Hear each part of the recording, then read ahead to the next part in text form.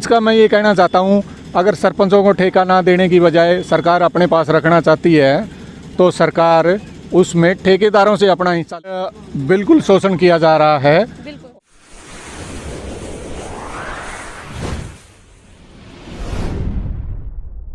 नमस्कार सर। नमस्कार बेटी। सर पहले हमारे दर्शकों को अपना पूरा परिचय दीजिए।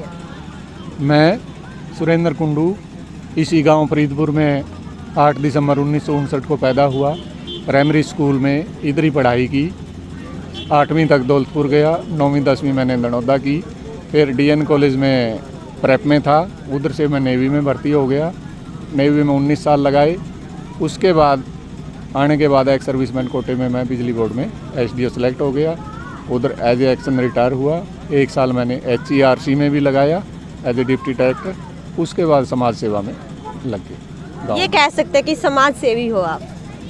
समाज सेवी नहीं, मैं जिस हिसाब से नेताजी के सिद्धांतों को आगे बढ़ाना चाहता हूँ, वो एक सोशलिस्ट आदमी थे और जो देशभक्ति के लिए, देश के लिए, मातृभूमि के लिए उन्होंने किया, ऐसा कुर्बानी किसी ने भी नहीं दी। सर आज के प्रोग्राम के बारे में बताइए थोड़ा सा। आज का प्रोग्राम बहुत अच्छा रहा। ये स्टार्टिंग है, अगले साल इससे भी अच्छा होगा। कुछ कलाकारों के और अच्छे होने की उम्मीद जनता कर रही है। बाकी और हम पूरे हिसार डिस्ट्रिक्ट में करेंगे। 19 मार्च को हमारा हिसार में प्रोग्राम करने का है, जिस दिन नेताजी ने आज़ादी का पहला झंडा नागालैंड में लहराया था।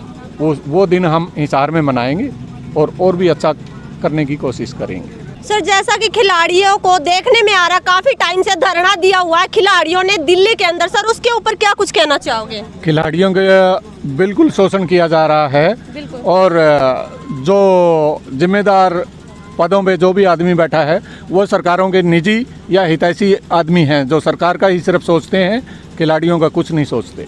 सर सुनने में ये भी आया कि जो खिलाड़ियों को पहले, जैसे कि खिलाड़ी जो भी जीत कर आता था उनको सरकारी जॉब प्रोवाइड करवा दी जाती थी, बट वो कहीं ना कहीं सरकार के द्वारा उनको काटा जा रहा है, क्योंकि बच्चे इसी कारण धरने पे बैठे हुए। ये भी कहीं रीजन निकल कर आ रहा है सामने। सरकार कुछ हटके कर रही है जो खिलाड़ियों के लिए अच्छा नहीं है। हर एक को जैसे नेताजी के सिद्धांत थे उन हिसाब पे, सोशलिस्ट के हिसाब से नहीं चल रहे। सर कुछ देखने में ये भी आया कि टोहाना के अंदर पूरे हरियाणा के सरपंच इकट्ठा हो रहे हैं, उनके बारे में क्या कुछ प्रतिक्रिया देना चाहोगे? सरपंच का मैं ये कहना चाहता हूँ, अगर सरपंचों को ठेका ना देने की बजाय सरकार अपने पास रखना चाहती है तो सरकार उसमें ठेकेदारों से अपना हिस्सा ले लेगी और सरपंच उससे वंचित हो जाएंगे। सर आज प्रोग्राम हुआ है, इसके बारे में आप क्या कुछ राय देना चाहोगे? इसके बारे में मेरी एक ही राय है, अगर बीजेपी पे भरोसा नहीं है और कांग्रेस को उस लायक नहीं समझते हो, फिर उसके लिए हम है ना नई पार्टी नेताजी के सिद्धांतों में बनाने जा रहे हैं, हमें कम से कम फॉलो कर सकते हैं। और यूथ से भी यही रिक्वेस्ट है और बुजुर्गों से भी यही रिक्वेस्ट है, और आने वाले बच्चों को नेताजी के बारे में हम ज़्यादा से ज़्यादा बताएंगे ताकि उनको पता चले नेताजी क्या थे।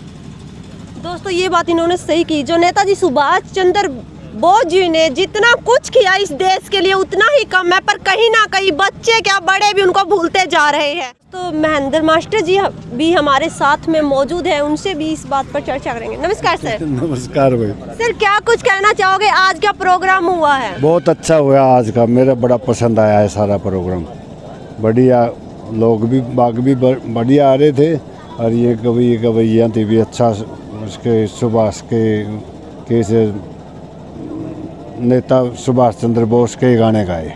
बिल्कुल। जो उन्होंने सर रागनियाँ गाई, गाने नहीं उन्होंने रागनियाँ गाई है, ये बताइए कैसी लगी सर? आपको बता दीजिए। बहुत अच्छी लगी, बहुत अच्छी लगी। सारी सुभाष के बारे में बना रखी। हाँ, सुभाष की सुनाई। सर पहली बार ये पहल की गई है अपने गांव के अंदर, क्या कुछ कहना चाहोगे खासकर हमारे युवा साथियों को? आपके युवा साथियों को ये कहेंगे भाई, आई साल इसी तरह से चलते रहेंगे कि मैं बड़े इनकी शिक्षा देंगे तो छोटा थी ज्ञान पैदा होगा। अगर इनको हम शिक्षा ही नहीं देंगे तो उनको ज्ञान कैसे पैदा होगा? सर बच्चों को आगे बढ़ने के लिए क्या कुछ प्रेरणा देना चाहोगे आप? प्रेरणा तो यही है भी, टाइम पर उठो, टाइम पर सो, टाइम पर काम करो। स्कूल का टाइम तक कभी लेट ना हो और कभी स्कूल की छुट्टी ना मनाओ।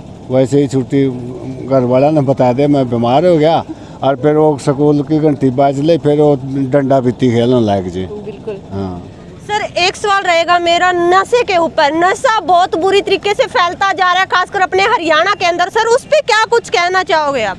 इसके तो अब ये सरपंच साहब बने हैं, ये भी मेरे से बातचीत की थी। नो बोले अपने यहाँ का वो ठेका की मैं मतलब दरख्वास्त लगाया कहूँगा। मैं बताया भी उसकी तो जनवरी के महीने में दरख्वास्त देगा तो लगेगी, नहीं लगेगा नहीं। फिर मार्च में तो ये ठेके उठ जाएंगे, न्यू कौन देगा।